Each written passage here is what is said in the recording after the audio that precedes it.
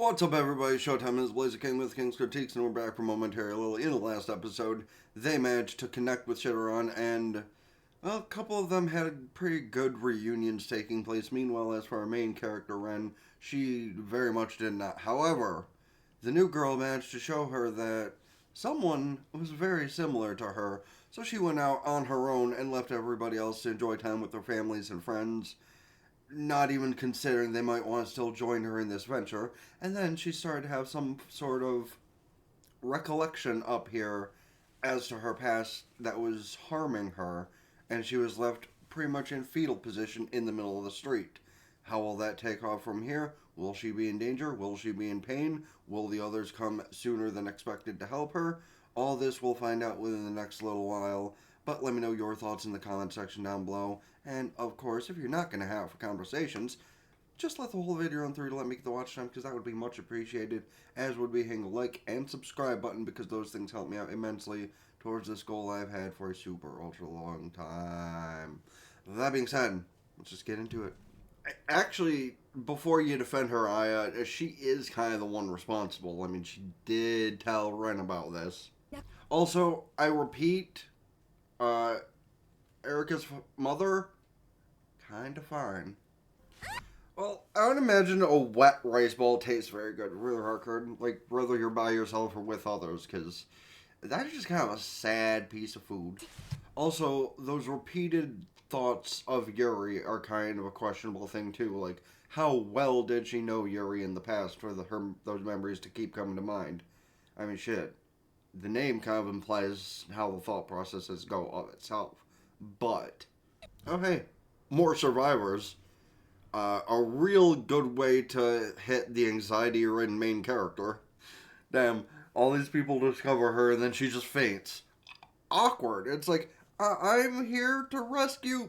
Could this happen to me? Yeah, it's like, she's the one you came to look for just to clarify if that's your sister, because you don't remember. So, this is probably a good thing? I mean, it could very well be a bad thing. This is anime. Shit can literally just be like, oh, hey, I was expecting this to be a happy reunion. Fuck no. I don't remember. Okay, you don't need to call her out like that for the record. Also, it is good to see that they didn't take the weird pathing of this, because I kind of thought they were going to. You know, the kind of thing where it wasn't actually her sister and it was just some fucked up video from, like, the past or something. Because a lot of anime do crazy shit like that, too. So actually seeing the sisters reunite, it's kind of a good moment. Even if Friend's kind of, completely anxiety-ridden still. Apparently that's always been her way of things, so... Wait, so she knew that she had a weapon beforehand? I mean, technically her weapon did evolve, so of course it's not the same one she had before, but... I like how the little sister's trying to question everything about Ren because of her memory loss. It's like, bitch, if we're family, aren't we supposed to support each other? Then again, what if Ren's the imposter? Dun dun dun. Okay, that's a big revelation. Though, that also kind of explains the broken memories if she's being honest. We've seen a lot of shit like this in shows in the past, too. Where characters are revived in, like, duplicate bodies and they only retain some memories of the past. You know, name, identity, personality, that kind of thing. But not so much the who they knew in the past. So, here's a crazy thought. What if she's one of the Wild Hunt, but just took form of Ren, like, through some sort of weird means of, I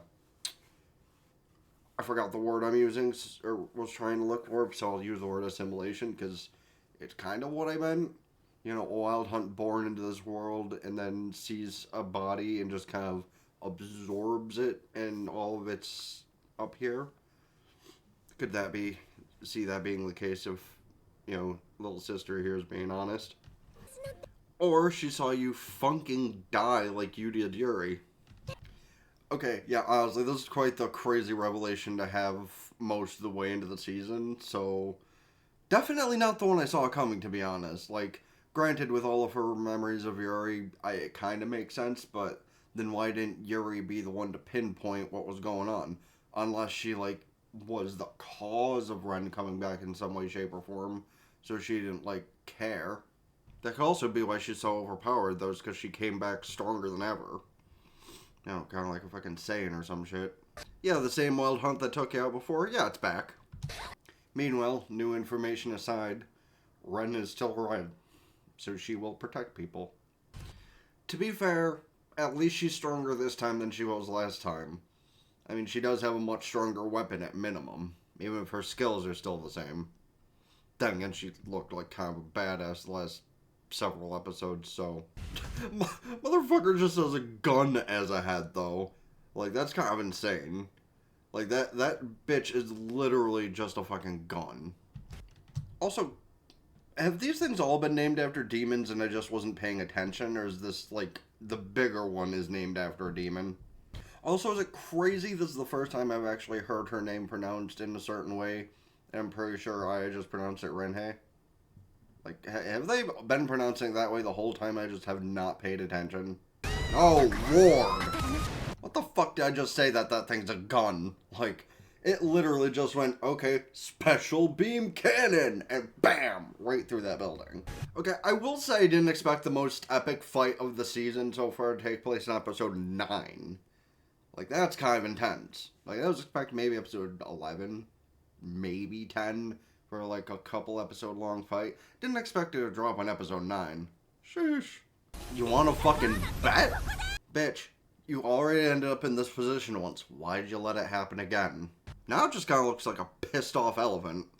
Okay, no, but again, I love everything about her.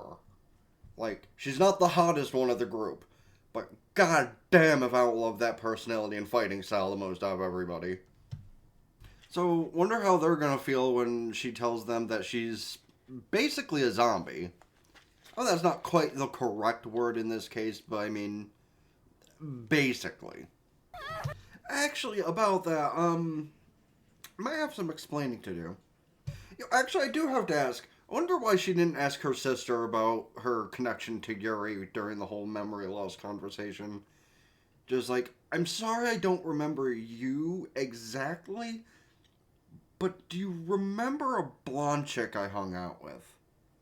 Yeah, meanwhile she's being questioned about what's on her mind, and it's like, I don't want to tell you. I have to tell you. I don't want to tell you. How am I going to tell you that, to a percentage I am me, but also not really? Yeah, see, that's the craziest part of the whole thing. Like, if she did know Yuri in a previous life, you know, why didn't she recognize Ren? But also, on a double factor, what if Yuri also is in a similar position as Ren, to where she had died before and then came back? What if it'll happen again eventually? Oh, right, that kind of also explains the regeneration, doesn't it? I literally forgot about her discovering that at the end of the last episode, you know, when she was going off on her own, is that she could regenerate. So, like, yeah, that actually sort of makes sense for how that ended up being. So, like, before the end of the last couple minutes of the episode, I want to theorycraft real quick. What if, similar to fashion of Evangelion, and in Rei's case of her being one of the Evas, at least that's what my memory kind of reconnects to, is that similarity, is her, like, being born of Eva blood, you know, due to the connection to Shinji's mother, which, I don't know, Oedipus getting the fucking robot or something. Maybe she came back as one of the Wild Hunt. Which still connects to my theory from earlier of, like, a stray Wild Hunt assimilating her body or something similar to that. Is this gonna be a classic, it doesn't matter, you are you moment? What'd I just say? Okay, she does gain weight, but in a specific place. Okay, preview for the next step. You know, when I saw the preview for the episode and where they were, I did kind of have a little inkling of a thought that they were going to somehow be in a hot spring situation. And I just wanted to stick around for a second to see if I was right. Which, I mean, I call this episode 9. It's only episode 8. Sheesh. Uh, yeah. And here I thought they only were giving us one episode for fan service. Apparently they decided to give us fan service A and then fan service B after a badass fight, which I got no complaints with. Like, the eye candy is always good. And eye candy is even better when it's not, like, coming from 5 different sources surrounding one guy.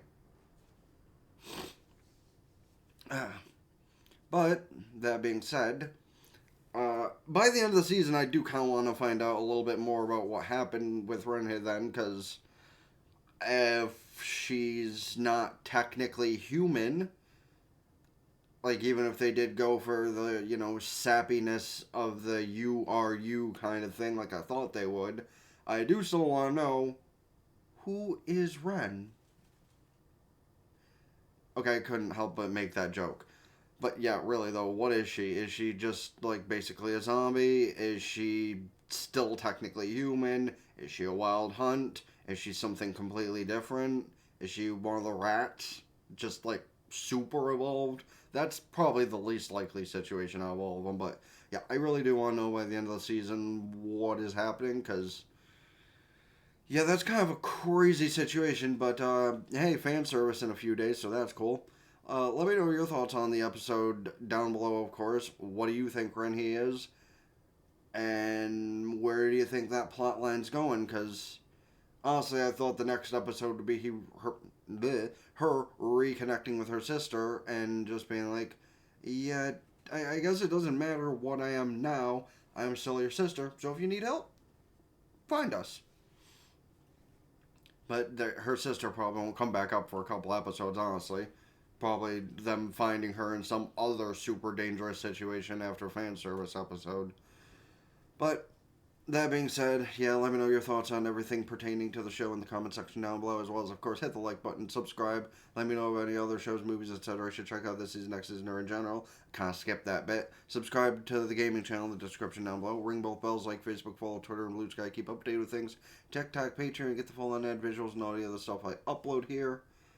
And, of course, go follow on Twitch, subscribe for benefits. Can do so at Twitch Prime for free.